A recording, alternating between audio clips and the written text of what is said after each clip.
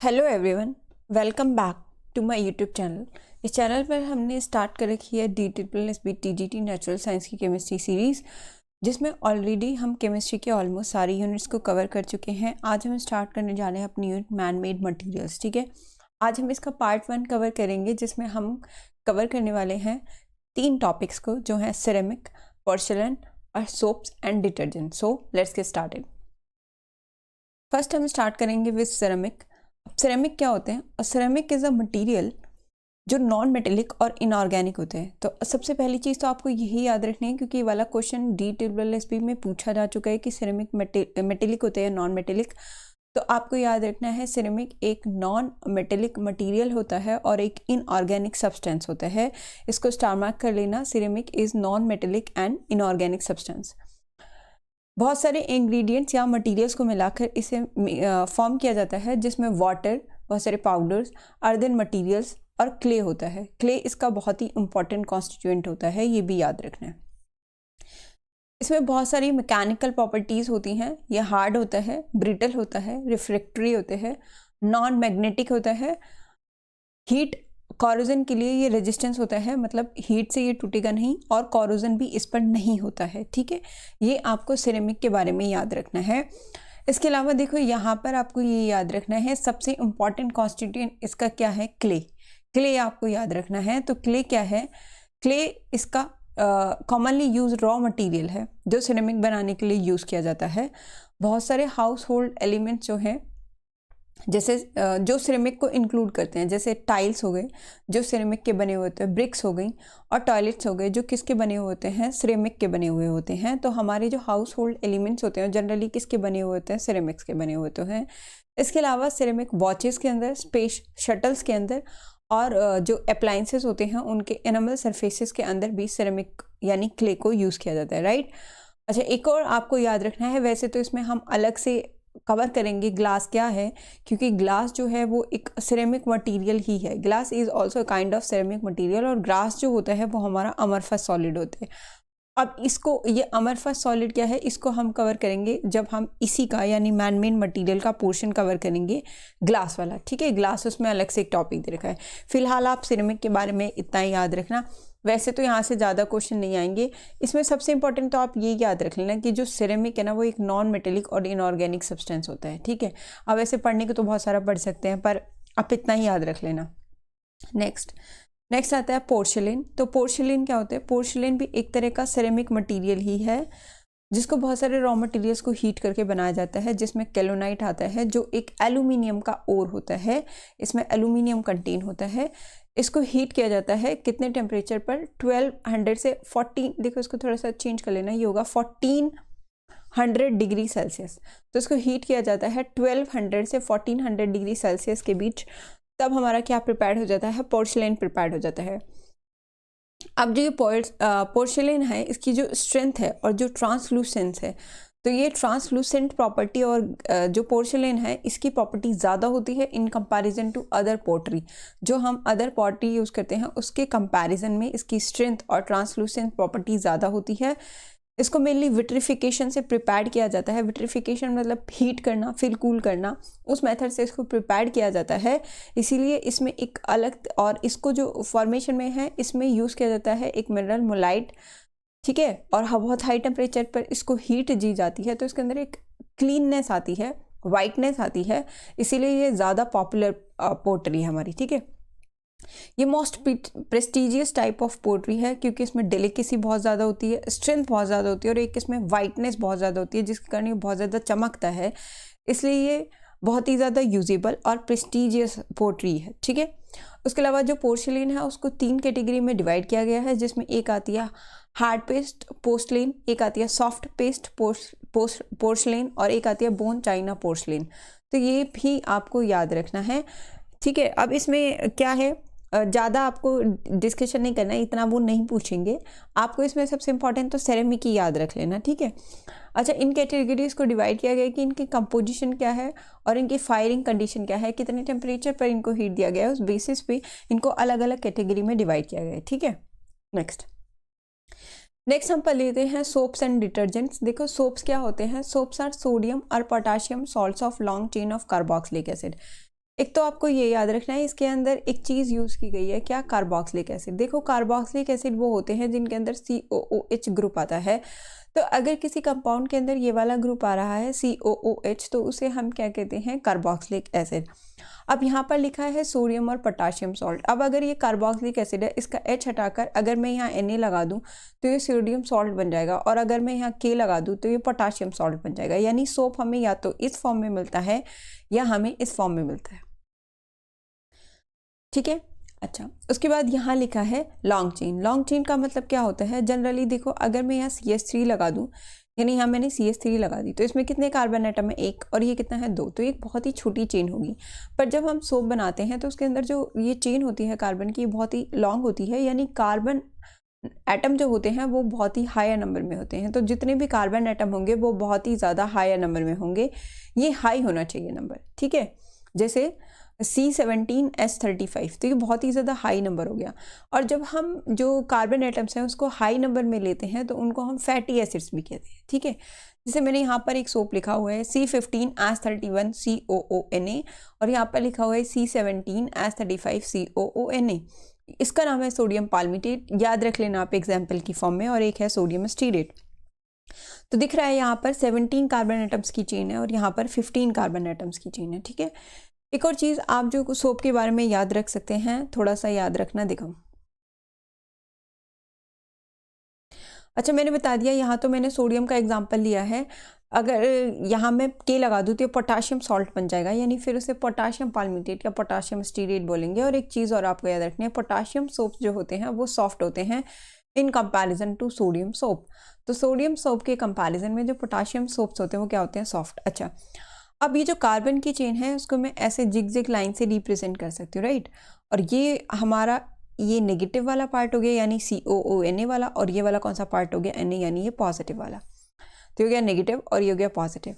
यहाँ पर भी ये नेगेटिव और ये क्या हो गया, पॉजिटिव। तो आपको ये याद रखना है, ये जो चेन होती है कार्बन की, इसको हम बोलते हैं, ये हो गई हमारी कार्बन चेन। ठीक है, इसको हम बोलते हैं हाइड्रोफोबिक पार्ट। तो ये जो होता है ये हमारा सोप का हाइड्रोफोबिक पार्ट होता है, जबकि ये वाला जो पार्ट होता है नेगेटिव और पॉजिटिव वाला, ये हमारा हाइड्रोफिलिक पार्ट होता है, हाइड्रोफिलिक। ठीक है, अब इसका एक बार मीनिंग समझ लो क्या होता है। देखो, हाइड्रो का मतलब होता है वाटर, तो यहाँ पर हाइड्रो का मतलब क्या है, वाटर। और फोबिक मतलब क्या होता है, फोबिया। फोबिया मतलब डर, डर मतलब रिपेल, यानी ये वाटर से डरेगा, यानी वाटर की तरफ नहीं जाएगा, तो क्या करेगा, वाटर को रिपेल करेगा। ऐसे यहाँ पर हाइड्रो का मतलब क्या है, वाटर। और जो फिलिक है, देखो फोबिया का मतलब क्या हो गया, हेट बताया मैंने आपको, डर बताया एक तरह से। और जो फिलिक है, फिलिक का मतलब क्या होता है, लव, अट्रैक्शन। ठीक है, यानी ये होता है वाटर अट्रैक्टिंग पार्ट। तो अगर ये वाटर अट्रैक्टिंग पार्ट है तो इसका मतलब ये वाटर के साथ जाकर अटैच हो जाता है। और ये जो हमारा हाइड्रोफोबिक पार्ट है ये वाटर से दूर होता है, इसका मतलब ये ऑयल या फिर डर्ट अट्रैक्टिंग होता है, जिसके कारण ये ऑयल और डर्ट के साथ जाकर अटैच हो जाता है। ठीक है, और कुछ इस तरीके से फॉर्मेशन कर लेता है। मान लो ये कोई डर्ट है हमारी, तो ये हमारी डर्ट है और इसके चारों तरफ ये इस तरीके से अटैच हो जाएगा, ऐसे यहाँ नेगेटिव वाला ये इस तरीके से, और इसको हम क्या बोलते हैं, मिसल, जिसकी वजह से जो डर्ट है वो क्लॉथ से अलग हो जाती है। ठीक है, तो ये इस तरीके की जो फॉर्मेशन होती है उसे क्या बोलते हैं, मिसल। चलो आगे, इतना याद रखना। Next, manufacture of soap. Soap बनते कैसे हैं, तो हम जो ऑयल या फैट होते हैं, यानी जो esters of higher fatty acid होते हैं, एस्टर्स, उसको हीट करते हैं किसके साथ, NaOH के साथ। एस्टर क्या होता है, एस्टर वो होता है जिसके अंदर ये वाला ग्रुप आता है C+O, इधर कुछ लगा होगा चेन, इधर कोई चेन लगी होगी, तो ये वाला ग्रुप आप देख लेना, एक C और 2 O आने चाहिए, उसे क्या बोलते हैं, एस्टर। तो एस्टर जो होते हैं हायर फैटी एसिड्स के, उनको हीट करते हैं NaOH के साथ, तो हमारा सोप प्रिपेयर्ड होता है। देखो आ रहा है ना यहाँ पर COO, तो क्या है, एस्टर है ना। तो ये एक एस्टर है, इसे ऑयल या फैट या ग्लिसराइड्स बोलते हैं। ये है ट्राइस्टीरेट ऑफ ग्लिसरॉल, इसको हीट किया है NaOH के साथ। रिएक्शन बहुत आसान है, आपको क्या करना है, इस वाले पोर्शन को आपको सेपरेट कर लेना है, यहाँ से इसको हटा लो और इसके साथ OH लगा दो, तो CH2OH CHOH CH2OH, तो ये क्या बन गया, इसे क्या बोलते हैं, ग्लिसरॉल। बाकी जो बचा है, क्या बचा, C17H35COO, यहाँ भी ऐसे ही, यानी ये 3 बार, तीनों के साथ Na आ जाएगा, तो ये हमारा क्या प्रिपेयर्ड हो जाएगा, सोप। ये सोप हो गया। अब ये जो ग्लिसरॉल होता है इसी को हम बोलते हैं ग्लिसरीन। ठीक है, यही हमारा क्या होता है, ग्लिसरीन। अब ये ग्लिसरीन या ग्लिसरॉल जो है ये बाई प्रोडक्ट है, जब हम सोप बनाते हैं उस वक्त हमें एज अ बाई प्रोडक्ट मिलता है क्या, ग्लिसरॉल या ग्लिसरीन। उसको बहुत सारे ड्रग्स, कॉस्मेटिक्स और परफ्यूम्स इन सब में यूज़ किया जाता है। अब ये जो सोप है ये क्या होता है, ये जो सॉल्यूशन है इसको हम किस में डिज़ोल्व करते हैं, NaCl में। अब ये जो सोप है ये NaCl में इनसॉल्युबल होता है, इनसॉल्युबल होने के कारण ये प्रेसिपिटेट आउट हो जाता है और इस तरीके से हम सोप को प्रेसिपिटेट यानी सोप को हम बाहर निकाल लेते हैं, राइट। इस तरीके से हम सोप बना लेते हैं। नेक्स्ट एक चीज़ आपको याद रखनी है, लिमिटेशन ऑफ सोप। अभी मैंने आपको थोड़ी देर पहले बताया था कि सोप जो है वो मिसल बना लेता है, मिसल की फॉर्म में डर्ट को बाहर निकालता है। बट कभी कभी क्या होता है, जहाँ सोप काम नहीं करता है वहाँ पर हम क्या यूज़ करते हैं, डिटर्जेंट यूज़ करते हैं। अब सोप और डिटर्जेंट में क्या डिफरेंस है, वही चीज़ आपको याद रखनी है। सोप क्या है, सोप हार्ड वाटर में काम नहीं करता है। Soap can not used in hard water, ये हार्ड वाटर में काम नहीं करता है क्योंकि हार्ड वाटर में मेटल आयंस होते हैं, जैसे कैल्शियम और मैग्नीशियम के मेटल आयंस होते हैं। यानी जो हार्ड वाटर होता है उसके अंदर या तो CaCl2 या फिर MgCl2, या तो क्लोराइड प्रेजेंट होंगे कैल्शियम और मैग्नीशियम के, या फिर सल्फेट प्रेजेंट होंगे CaSO4 और MgSO4, या फिर बाइकार्बोनेट प्रेजेंट होंगे यानी CaHCO3 होल ट्वाइस, कैल्शियम का बाइकार्बोनेट, या फिर मैग्नीशियम का बाइकार्बोनेट प्रेजेंट होगा MgHCO3 होल ट्वाइस, ठीक है। ये प्रेजेंट होते हैं जिसके कारण जो सोप है वो हार्ड वाटर में काम नहीं करता क्योंकि ये आयन सोप के साथ रिएक्ट करके कर्डी वाइट PPT बना लेते हैं, कैल्शियम और मैग्नीशियम की सॉल्ट की, जो प्रेसिपिटेट होकर फैब्रिक्स के साथ स्टिक हो जाता है और जो सोप्स की प्रॉपर्टी है ऑयल या मैग्नीशियम को रिमूव करने की उसको ब्लॉक कर देता है। फिर वो जो हमारा सोप है वो अटैच ही नहीं होगा ऑयल के साथ, जिसके कारण वो काम नहीं करेगा और हमारे जो क्लॉथ्स हैं वो क्लीन नहीं होंगे। अभी थोड़ी देर पहले मैंने ये वाला एग्जाम्पल आपको दिया था, जो किसका एग्जाम्पल था, सोडियम स्टीरेट का। अब अगर मान लो हम इसको, हमारे पास जो सोप है वो सोडियम स्टीरेट है, सोप है, और हम इसको ट्रीट कर रहे हैं हार्ड वाटर में, तो जो हार्ड वाटर है उसके अंदर सपोज कैल्शियम का आयन प्रेजेंट है, ठीक है। तो अब क्या होगा, ये जो कैल्शियम है ये किसको रिप्लेस कर देगा, Na को, और Na की जगह यहाँ पर आ जाएगा और ये क्या बना लेगा, कैल्शियम स्टीरेट, जो वाइट कलर का प्रेसिपिटेट होता है। ये फैब्रिक्स यानी जो हमारे कपड़े हैं उनके साथ अटैच हो जाएगा, जो इनसॉल्युबल होगा और फिर ये क्लोथ्स को क्लीन नहीं होने देगा। तो ये रीज़न होता है जिसके कारण जो सोप हैं वो हार्ड वाटर में काम नहीं करते हैं। सिमिलर एक्शन मैग्नीशियम के साथ होता है, बस कैल्शियम की जगह आपको क्या लेना है, मैग्नीशियम। यानी अगर मैं यहाँ पर Mg2 पॉजिटिव ले लूँ तो यानी रिप्लेस कर देगा और यहाँ पर क्या आ जाएगा, Mg, राइट, ऐसे आ जाएगा। फिर सेम फिनोमेना होगा, ये क्या होगा, क्लॉथ के साथ वाइट प्रेसिपिटेट बना लेगा जो फैब्रिक्स के साथ जाकर अटैच हो जाएगा और क्लोथ्स को क्लीन नहीं होने देगा। इसीलिए जो हमारा सोप है वो हार्ड वाटर में काम नहीं करता और इसी प्रॉपर्टी को रिमूव करने के लिए हम यूज़ करते हैं क्या, डिटर्जेंट्स, ठीक है। चलो नेक्स्ट आते हैं डिटर्जेंट्स और सोपलेस सोप्स। अब इनको सोपलेस सोप क्यों कहा जाता है, देखो ये क्लीनिंग एक्शन में तो सोप की तरह ही होते हैं, ठीक है। इनको सोपलेस सोप इसलिए बोलते हैं क्योंकि इनका जो क्लीनिंग एक्शन होता है वो सोप के जैसा ही होता है, बट ये सोप की तरह सोडियम, सॉल्ट, फैटी एसिड के नहीं रखते, यानी इनमें फैटी एसिड नहीं होता है। उसकी जगह देखते हैं क्या होता है। एक याद रखना है, क्लीनिंग एक्शन दोनों का सेम होता है, यानी दोनों ही मिसल बनाएंगे जिसकी वजह से क्लीनिंग एक्शन होगा। और सोप जो है वो हार्ड वाटर में काम नहीं करते, डिटर्जेंट हमारे हार्ड और सॉफ्ट दोनों वाटर में काम कर सकता है। अब डिटर्जेंट बेसिकली क्या होते हैं, डिटर्जेंट होते हैं sodium salt of long chain benzene sulphonic acid या फिर sodium salt of long chain alkyl hydrogen sulphate. एक तो यहाँ लिखा है बेंजीन सल्फोनिक एसिड, देखो बेंजीन सल्फोनिक एसिड मतलब बेंजीन तो हो गई, और बेंजीन इस तरीके से एक 6 मेंबर्ड कार्बन चेन होती है, और सल्फोनिक एसिड होता है SO3H इस तरीके का कुछ। अब यहाँ पर लिखा है सोडियम सॉल्ट, तो H को हटाकर आपको वही Na लगाना है। बताया था सॉल्ट में क्या करना होता है, बस आपको हाइड्रोजन हटाकर उसकी जगह जो भी सॉल्ट बोला है, अगर सोडियम सॉल्ट बोला है तो सोडियम लेकर आना है, पोटाशियम सॉल्ट बोला है तो वहाँ पर पोटाशियम लगा देना है। तो ये बन जाएगा हमारा sodium salt of benzene sulphonic acid, वो भी लॉन्ग चेन, यानी कार्बन की बहुत सारी लॉन्ग चेन होगी। तो कार्बन 11 और यहाँ एक कितना हो गया 12, तो ये 12 कार्बन की एक चेन हो गई अलग से बेंजीन। तो ये क्या होता है हमारा डिटर्जेंट। अब इसका नाम क्या है, इसका नाम है देखो यहाँ से सोडियम, कितने कार्बन एटम हो गए 11 और 1 12 के लिए 2 डेकाइल, और ये हो गई पैरा पोजीशन। यानी देखो ये बेंजीन है ना, और बेंजीन के अगर यहाँ पर कुछ लगा हुआ है, कोई भी ग्रुप जिस पोजीशन पर लगा हुआ है, किसी भी पोजीशन पर अगर कोई ग्रुप लगा हुआ हो तो उससे जो नेक्स्ट वाली पोजीशन होती है ये वाली पोजीशन और ये वाली पोजीशन, इसे क्या बोलते हैं ऑर्थो। उससे नेक्स्ट वाली जो पोजीशन होती है वाली, उसे क्या बोलते हैं मेटा। और जो एकदम जो ग्रुप के सामने वाली पोजीशन होती है उसे क्या बोलते हैं पैरा। जैसे मतलब मैं यहाँ पे बताती हूँ, ठीक है। ये बेंजीन है और यहाँ पर मैंने एक ग्रुप लगा दिया X। तो अगर यहाँ पे ग्रुप लगाओ तो इससे जो नेक्स्ट पोजीशन है, जस्ट नेक्स्ट, ये वाली, ये हो गई, तो इस वाली पोजीशन को हम क्या कहेंगे, ऑर्थो। उससे जो नेक्स्ट वाली पोजीशन है, ये वाली पोजीशन, इसे क्या कहेंगे, मेटा। तो ये गई हमारी मेटा पोजीशन। और जो उससे जस्ट नेक्स्ट वाली है, ये वाली पोजीशन, इसे हम क्या कहेंगे, पैरा पोजीशन। तो यहाँ पर हमारा ग्रुप लगा हुआ है और यहाँ जो इसके जो जस्ट सामने वाली पोजीशन से क्या बोलेंगे, पैरा पोजीशन। तो यहाँ पर ग्रुप है, ग्रुप के सामने वाली ये वाली पोजीशन जिसे हम क्या बोलते हैं, पैरा पोजीशन। पैरा पोजीशन पर 12 कार्बन एटम की चेन है जिसे क्या कहेंगे, डोडेकाइल। तो क्या सोडियम पैरा डोडेकाइल बेंजीन सल्फोनेट इसका नाम हो जाएगा, ये बेंजीन, और इसके लिए क्या पढ़ेंगे, सल्फोनेट।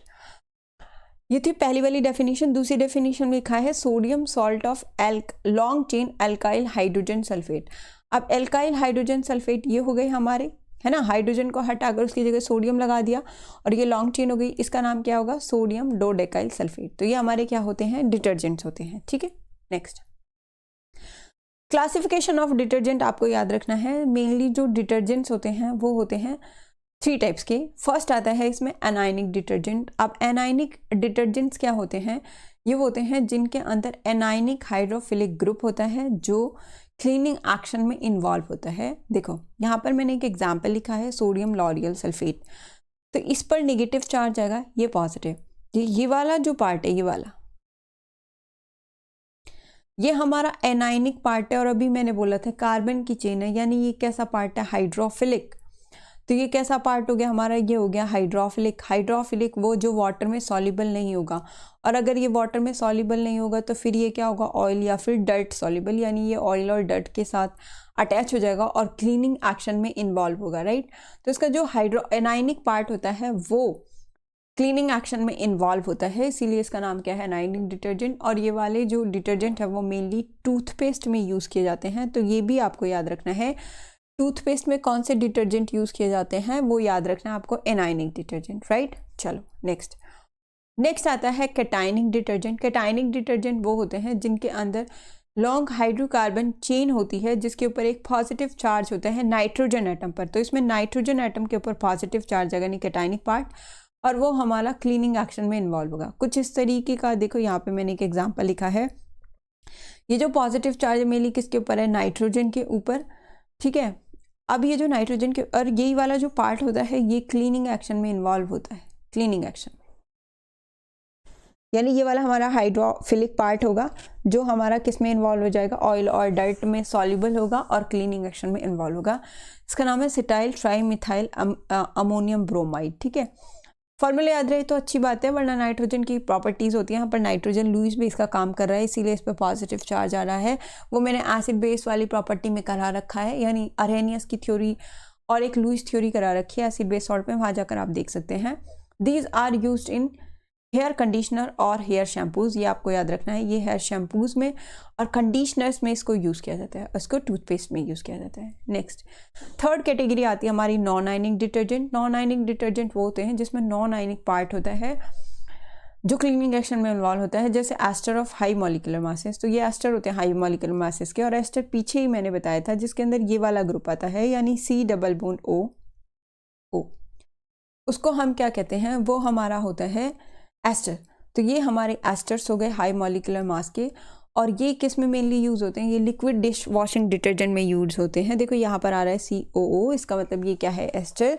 तो non ionic detergent mainly asters होते हैं जिनका बहुत हाई मास होता है। जैसे यहाँ पर मैंने एक एग्जाम्पल लिखा है, पॉली इथाइलिन ग्लाइकोस्टीरेट, ये एक नॉन आयनिक डिटर्जेंट है, राइट। ये चीज़ आपको याद रख के चलिए। नेक्स्ट, देखो वैसे तो बेसिकली आपको सोप और डिटर्जेंट के बारे में इतना ही याद रखना है, और जो चीज़ आप सोप और डिटर्जेंट के बारे में याद रख सकते हैं वो आपको याद रखना है, जो डिटर्जेंट मॉलिक्यूल्स होते हैं ये बायोडिग्रेड नहीं होते हैं, बहुत धीरे धीरे बायोडिग्रेड होते हैं, यानी ये पॉल्यूशन का कारण बनते हैं। माइक्रो ऑर्गेनिजम्स इनको डिग्रेड नहीं कर पाते हैं, तो ये लेक और रिवर में कई दिन तक रहते हैं जिससे एक्वेटिक लाइफ पे खतरा बन जाता है, ठीक है। अब अगर ये रहेंगे बहुत लॉन्ग टाइम तक तो अनफिट कर देंगे वाटर को, यानी वाटर किसी पर्पज़ का नहीं रहेगा, तो एक्वेटिक लाइफ तो ख़त्म ही हो जाएगी। इसीलिए इस प्रॉब्लम को सॉल्व करने के लिए जो डिटर्जेंट हैं उनको प्रिपेयर किया जाता है उन हाइड्रोकार्बन्स में जिनमें मिनिमम ब्रांचिंग होती है।